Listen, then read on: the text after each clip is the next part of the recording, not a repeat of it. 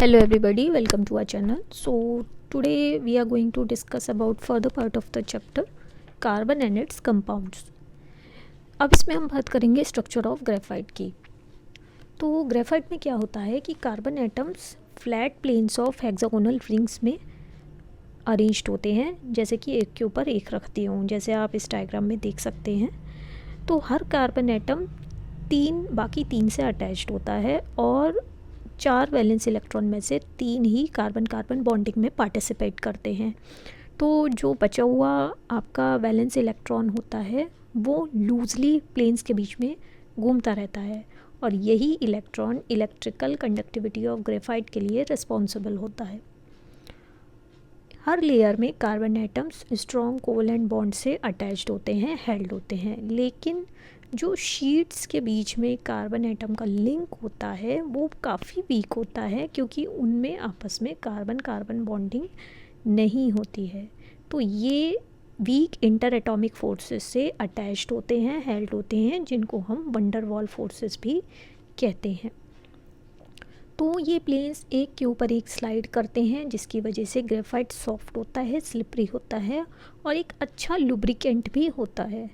तो ये relatively large distance जो होता है एडजेसेंट कार्बन लेयर्स के बीच में, इसी की वजह से ग्रेफाइट की जो डेंसिटी है वो कम हो जाती है.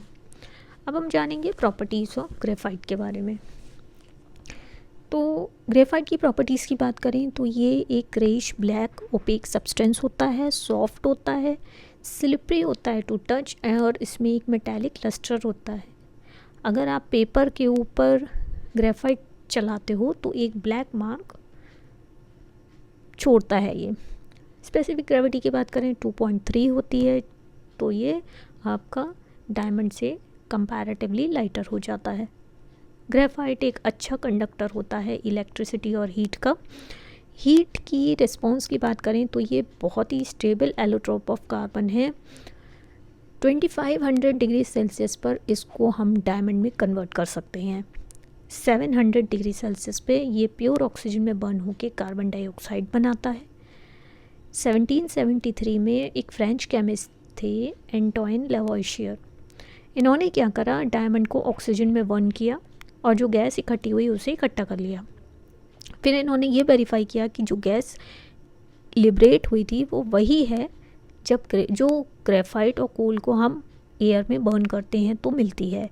दैट इज़ चाहे आप डायमंड बर्न करें, ग्रेफाइट बर्न करें या कोल को बर्न करें, मिलेगी आपको कार्बन डाइऑक्साइड ही.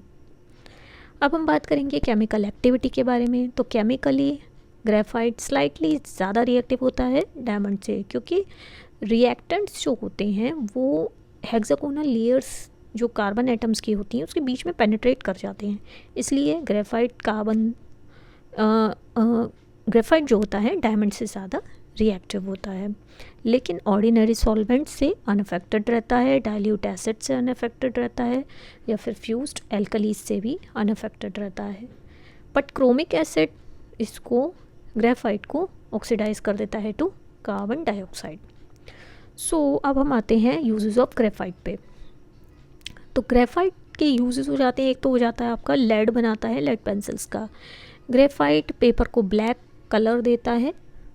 तो इसके जो वीकली हेल्ड लेयर्स होते हैं कार्बन एटम्स के, वो एक के ऊपर एक स्लाइड आसानी से कर देते हैं और जिसकी वजह से वो पेपर पर रह जाते हैं.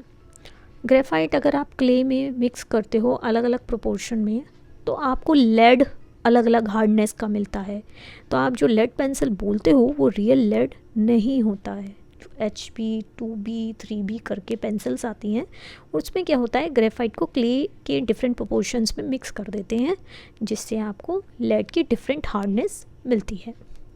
नेक्स्ट आता है इन द मैन्युफैक्चर ऑफ इलेक्ट्रोड्स. जब आप ग्रेफाइट जो फ्री मोबाइल इलेक्ट्रॉन्स होते हैं ग्रेफाइट में, जो ग्रेफाइट के क्रिस्टल्स में प्रेजेंट होते हैं, ग्रेफाइट को एक अच्छा कंडक्टर ऑफ इलेक्ट्रिसिटी बनाते हैं. अब आता है आपका इन the manufacture of refractory crucible. Graphite एक अच्छा कंडक्टर ऑफ हीट है, केमिकल्स से काफ़ी रेजिस्टेंट रहता है और इसका मेल्टिंग पॉइंट लगभग 3500 डिग्री सेल्सियस है. ग्रेफाइट को हम एज ए लुब्रिकेंट यूज़ करते हैं for heated machine parts. Graphite non volatile है, काफ़ी हाई टेम्परेचर को विदस्टैंड कर सकता है, स्लिपरी भी होता है। तो ये जो स्लिपरी नेचर होता है ग्रेफाइट का, ये वीकली हेल्ड कार्बन लेयर्स के वजह से होता है। ग्रेफाइट को हम न्यूक्लियर रिएक्टर्स में एज ए मॉडरेटर भी यूज़ करते हैं। अब हम आते हैं अमॉर्फस कार्बन पे। तो कार्बन, अमॉर्फस कार्बन के डिफरेंट फॉर्म्स हो जाते हैं आपके कोल, कोक, लैम्प ब्लैक, जिसको हम सूट भी कहते हैं। कोल की बात करें, एक ब्लैकिश रॉक होता है जिसमें मेनली कार्बन होता है। एक natural form of amorphous carbon है जो कि प्लांट्स के रिमेन्स से बनता है, जो कि 1 million to 440 million years ago died हो गए थे। मतलब 1 मिलियन साल से 440 मिलियन साल के बीच में जो प्लांट्स डाई आउट हो गए थे, उससे जो कार्बन बना है वो होता है कोल। तो रिमेन्स ऑफ डेड प्लांट्स जो होते हैं वो एक थिक लेयर्स बना लेते हैं और धीरे धीरे वो हार्ड होते चले जाते हैं, जिसको हम पीट कहते हैं। तो जो पीट होता है उस पर जब ट्रिमेंडस प्रेशर पड़ता है over a million of years, तो पीट आपका कन्वर्ट हो जाता है कोल में।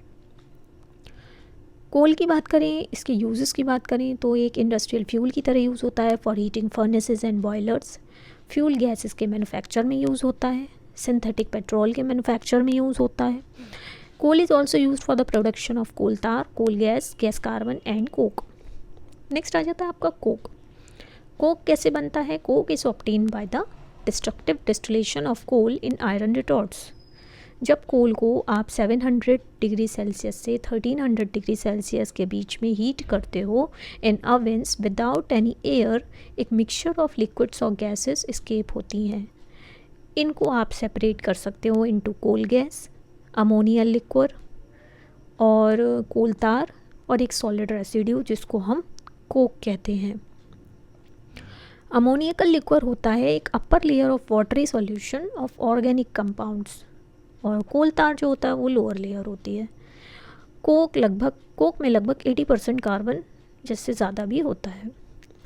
कोक की बात करें, coke is a black porous substance which burns without smoke. Smoke नहीं देता है but it is a bad conductor of heat and electricity, लेकिन एक अच्छा रिड्यूसिंग एजेंट भी है। अब हम जानेंगे डिस्ट्रक्टिव डिस्टिलेशन क्या होता है।